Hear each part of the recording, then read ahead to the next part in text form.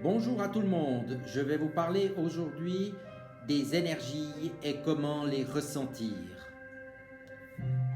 Les énergies peuvent se greffer sur un être et on les qualifie souvent comme alors étant une entité, étant l'essence d'un être.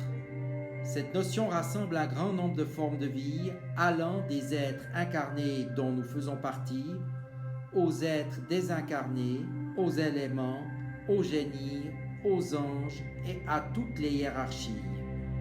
Schématiquement, nous pouvons dire qu'il existe de bonnes entités et d'autres qui le sont moins, voire qui sont perturbatoires. Ces dernières sont généralement en carence d'amour et viennent se greffer soit sur des personnes. Donc ces entités présentes chez une personne sont souvent nombreuses mais de petite taille. Elles entrent à l'intérieur du corps physique pour se nourrir de l'énergie qui s'y trouve.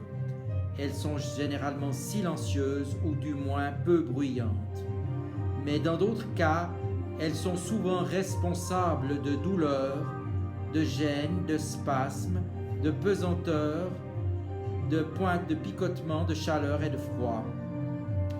Parfois, elles créent des contractures, des nausées, des envies d'uriner, des règles douloureuses, des maux de tête, des gènes respiratoires, des serrements de gorge, des ballonnements, selon la localisation sur tel ou tel organe, ou encore des troubles cérébraux tels que des difficultés de concentration, des troubles de mémoire et des impossibilités de raisonnement, des incompréhensions, des changements d'humeur ou de sentiments.